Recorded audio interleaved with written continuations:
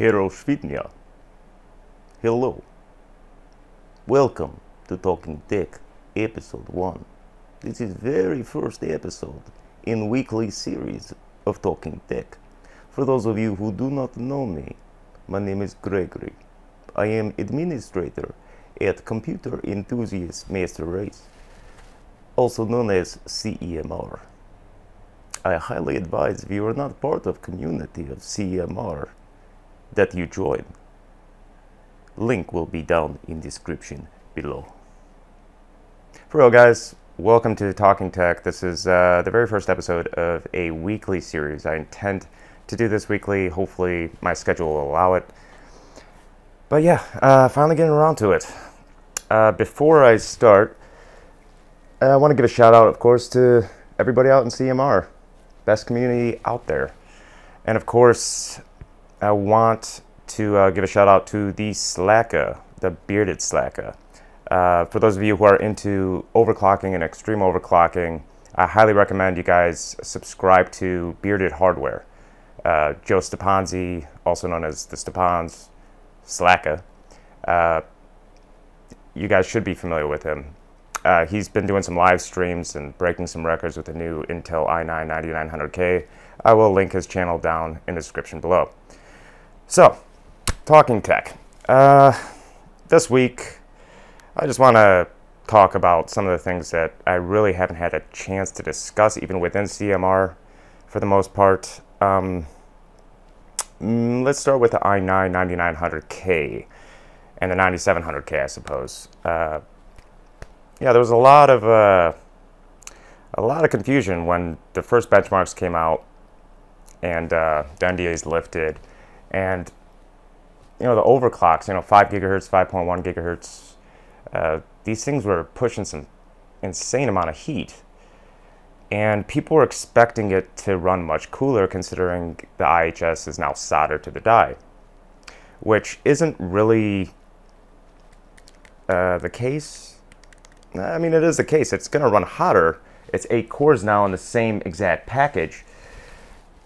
But there's a lot of misinformation going out there, or going around. And I just felt like I should probably address some of that. And first things first, please don't attempt to sand or lap your die. I mean, technically you can. Roman, aka Derbauer, did it. I know of one guy within CMR that actually successfully did it. And I also know somebody that killed their 9900K by attempting to lap the die. Alan, I'm looking at you. But, I mean, there's a reason that the die is considerably thicker than, say, the previous Coffee Lake CPUs, like the 8700K. And that's because indium is great of a the thermal conductivity is amazing for indium. It's not like liquid metal is considerably better than indium, but the reason that you see this considerably higher temps at these overclocks is because there had to be extra layers of metal between the indium and the silicon, which is where all the transistors are housed.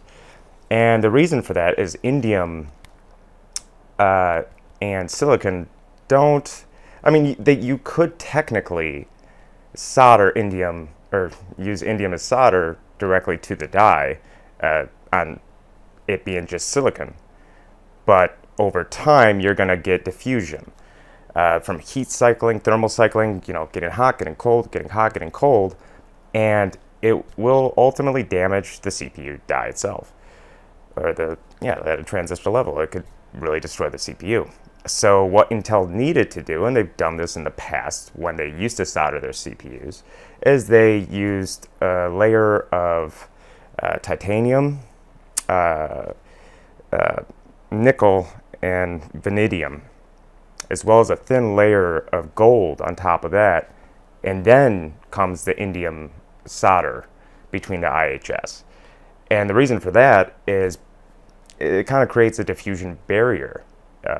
Each one of those metals have very good conductivity, but adding that much more surface area is not going to dissipate heat as quickly as if they were to just put indium directly to the silicon. But at the same time, they don't want to be killing their chips. So it's a manufacturing decision. I completely agree with it. It makes absolute sense. So yeah, I just want to clear that up because a lot of people were confused. They were saying, oh, Intel did this on purpose, or, well, yeah, they did. But they were making it seem like it was kind of like a move to screw over the end user. Not really the case, guys.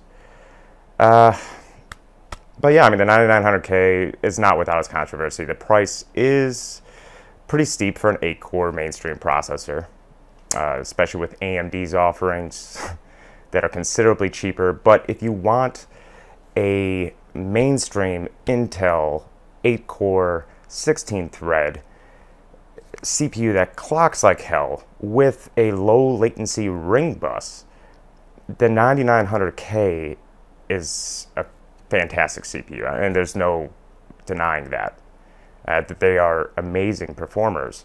And I've seen some pretty insane chips out there. Some of these guys in their bins, they're hitting 5.3 on water, with a lap die, of course, but that's not a big deal. Once you know you have a good bin, you're not going to get rid of it. So screw the warranty, I guess, at that point, especially for extreme overclockers.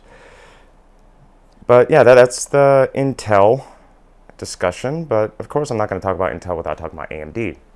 Recently, AMD previewed their Zen2 architecture, the next generation Zen, and it's quite something. For those of you who haven't seen it, I highly recommend you do so. I'm terrible at video editing. I'm gonna practice that and work on it. So I'm not gonna, edit a picture into this video because I'm already on a short timetable here. But for those of you familiar with the original Zen release, then you're familiar with the CCX modular concept. With Ryzen, they generally use 2 CCXs per die, or per CPU package, and with Threadripper and Epyc, they use 4. Now the CCXs contain the cores, L1, L2, L3 cache, PCI Express lanes, IMCs, I mean the I/O, everything. Each CCX carried them. With Epyc, it was the full CCX.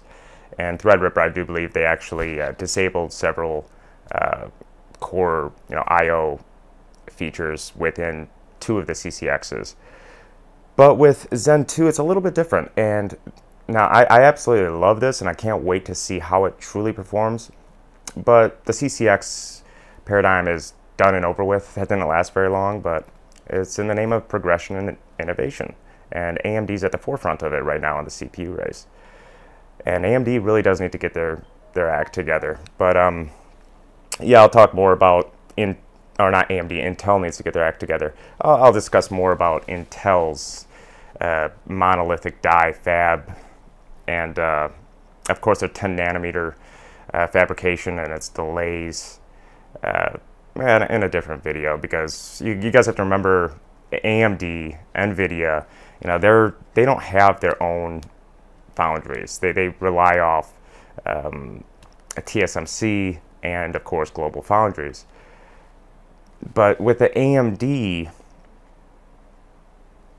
the Zen2 and the Epyc CPUs, the 64-core, 128-thread CPU that they previewed a week or 2 ago, it's very different. Granted, I did mention that they did away with the CCXs, and instead now they're using what they're referring to as chiplets. Now, I don't know specific information as to what exactly is within a single chiplet die. We know the cores are there, so you'll get 8 cores, up to 8 cores per chiplet in the Epyc CPUs, and of course I'm sure the same is going to go for Ryzen and Threadripper. And they're built on a 7 nanometer FinFET TSMC node. And the I/O itself is separate now. And these chiplets now interconnect via Infinity Fabric to the I/O, which is the system agent, the IMC. Maybe L3 cache, I don't know. It would make sense for them to, put the L3 cache into the I/O, so they're all sharing that cache pool.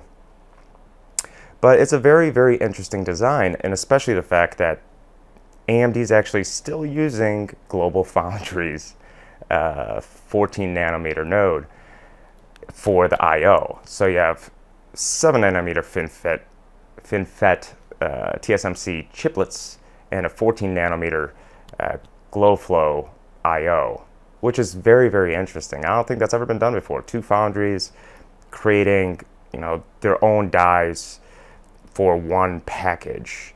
And I mean, it makes absolute sense. I mean, you don't want to rush things when you're progressing as well as you are, and the 14 nanometer GlowFlow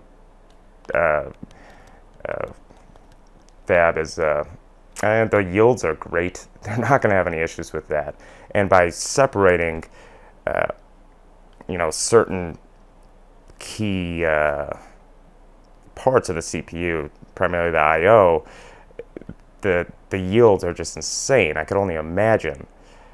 So by doing so and using Infinity Fabric to tie it all in together, once again, Infinity Fabric, I absolutely love the concept behind it. It's a very modular design.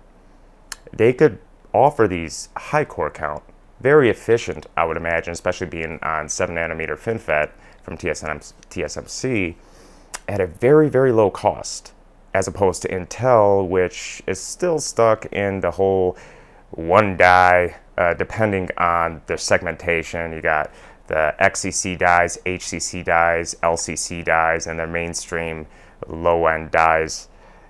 But they rely off just those single die fabs, and they're just kind of up to chance how the yields go. And that's why they're struggling so hard with the 10 nanometer fabrication process, because, I mean, that's their own internal die process. So we'll see. They're going to have to change something up, because they're not going to be able to compete with AMD for very long if they're going to be if they're not going to be changing with the times and being innovative. That's really got to go. But yeah, awesome job to AMD. I'm rooting for them. I'm definitely going to be picking up 2nd gen Threadripper and 2nd gen Ryzen, or Zen2, not 2nd gen of those, because the Zen Plus I would assume is 2nd gen. This would be 3rd. But now moving on to GPUs, something I've been wanting to discuss, and I've been reluctant to do so just because there's so much controversy behind primarily Nvidia's RTX release. Now, most of it comes down to the cost, and I could empathize with every single one of you out there that these things are insanely expensive. I mean, expensive. I'm really tired, guys. And there's a reason for that. I mean, there's a reason for everything, and that's why I like to take time, look at things objectively to figure out the reason for it. And you have to remember that the 12 nanometer die shrink isn't truly a die shrink. It is TSMC's 12 nanometer FinFET design, but the density comparatively to 16 nanometers in their 12 nanometer FinFET is almost identical. The one thing that they're achieving is higher efficiency, and that's really the only place for Nvidia to turn at the moment as far as 7 nanometer goes. I mean, they're already on it, but given the timing and where things stand today, Pascal has been an amazing architecture. It's been used for 2.5 years, almost 3 years now. I want to say 2.5 at least. And we've been at that point where we're buying into these high refresh rates at 1080p. Now 1440p is becoming more common. You see 144 hertz, 165 hertz, 1440p monitors. And people are expecting to get, these next generation, extremely high throughput rasterization monsters that are just going to be able to run these extremely high refresh rate panels. But at the same time, the 1080 Ti's essentially already can, and they've been able to.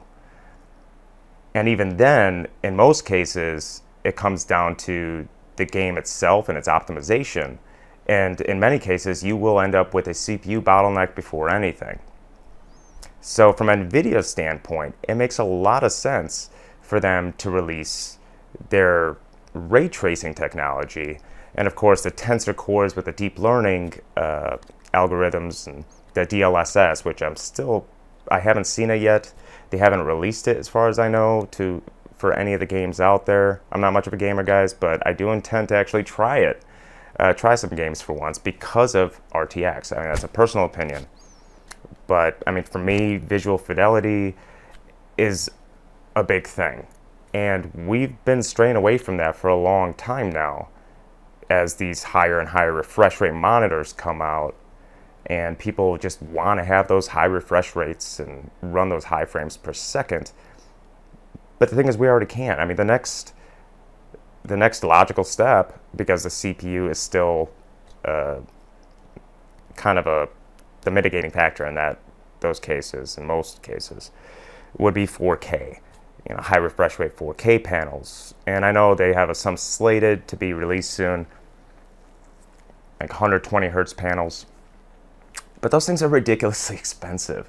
So that isn't going to be an affordable option just yet. But if you want to run a high refresh rate 4K panel, in most cases you should be able to with 2 RTX 2080 Ti's or TI's in SLI, especially with the new NVLink bridge.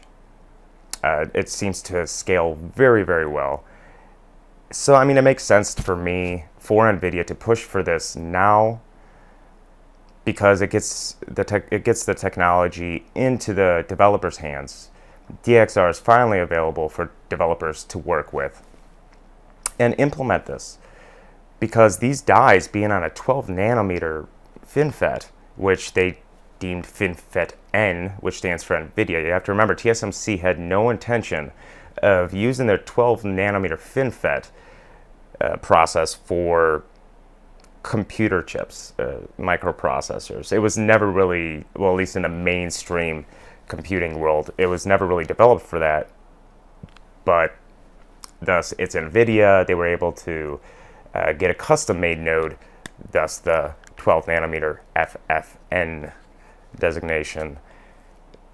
But then the price, I mean, it doesn't make a lot of sense to a lot of people.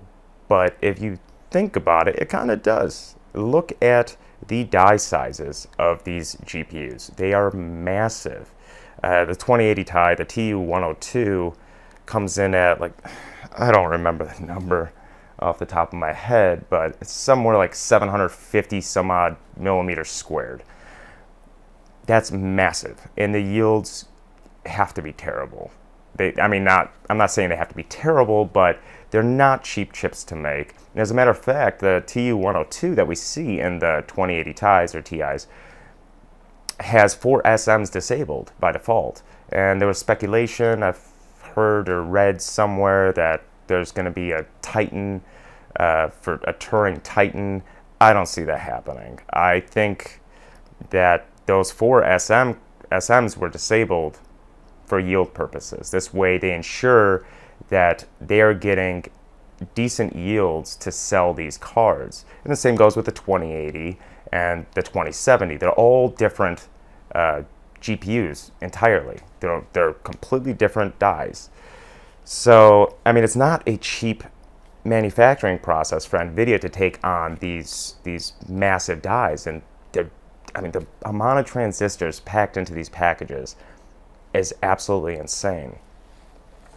So, I mean, if you don't want to buy it, I don't blame you. But as a business move, it makes absolute sense. And the real gains that people wanted to see will happen with 7 nanometers. The key architectural changes, I made a video about this prior to the NDAs being lifted. especially the separation of the ALUs from, being a floating point 32 unit and an integer 32 unit being within one ALU. So each SM fragment would essentially act like a superscalar. At the time, now they went from a superscalar approach, which would be the warp scheduler and 2 dispatch units or dispatch ports, however you want to call it. And now the warp scheduler is able to individually send instructions to be executed, or threads to be executed, depending on whether it's floating point or integer. And it's able to do so, simultaneously within each SM cluster, which was never the case before. It was either that SM cluster is going to be computing floating point computation or integer computation. In this case, it could compute both, albeit it still has to be done in lockstep. It is still an SIMD, single instruction, multiple data paradigm. But I mean, it does make a lot of sense for them to make all these changes. If you even look at the core counts comparatively to Pascal, the CUDA core counts, overall CUDA core counts, with the 2080, it's substantially lesser than that of the 1080 Ti.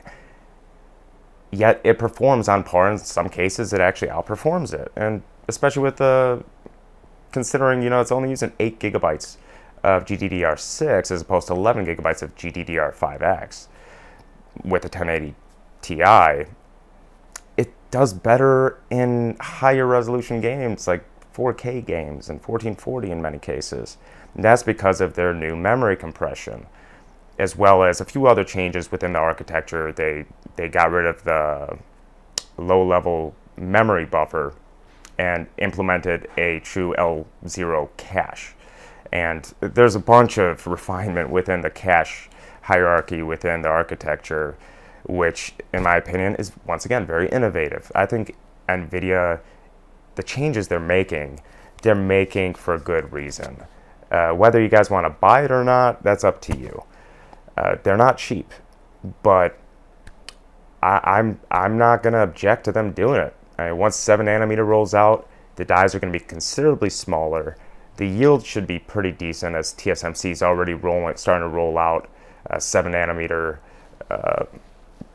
dies for AMD and various other companies. So that should substantially drop down the price of the next gen RTX cards, which are slated for sometime next year. But the decision to actually release these cards when they did makes absolute sense to me.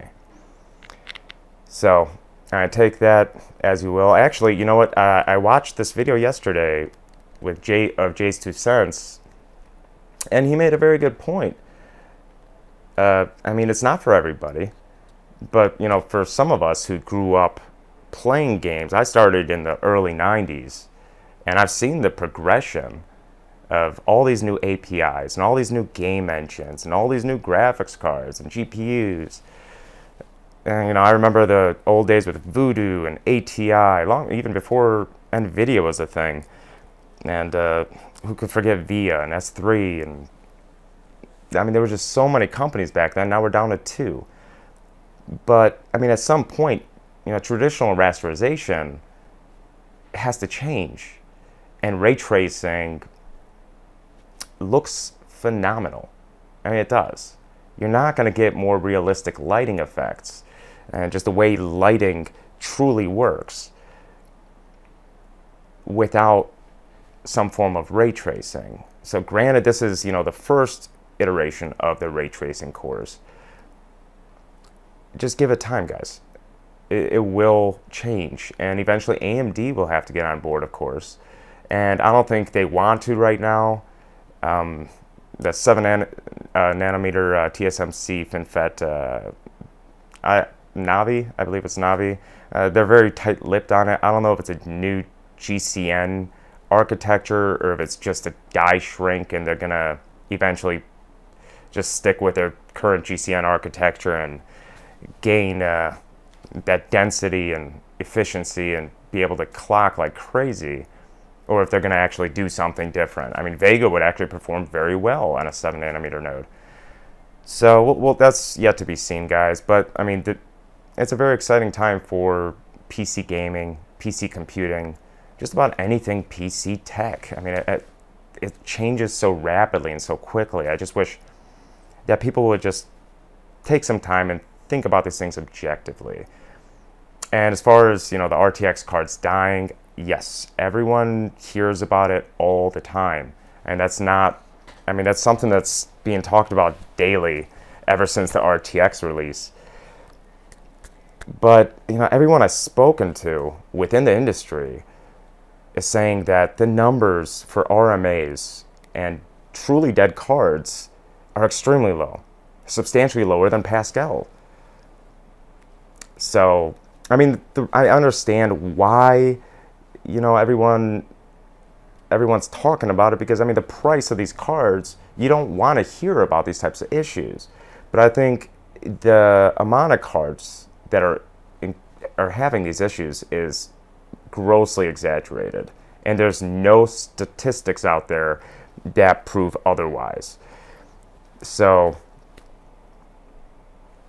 I don't know, guys. I mean, that's up for you guys to think about. I'm just looking at this objectively, giving you guys my take. But yeah, this should wrap up episode 1 of Talking Tech. If you guys have any particular subjects or topics you guys want me to discuss on the next episode, which I'll likely shoot next Friday, just leave the comments below, or of course in CMR. And if you guys want to have any discussions, of course, with myself or many other people within CMR, our community is full of some amazing, amazing people throughout the community. Everybody from the professional end, from company reps to professional builders, extreme overclockers, you name it, we've got it. So, yeah, guys, let me know what you guys would like for me to discuss next week. And as always, CMR for the win. Peace.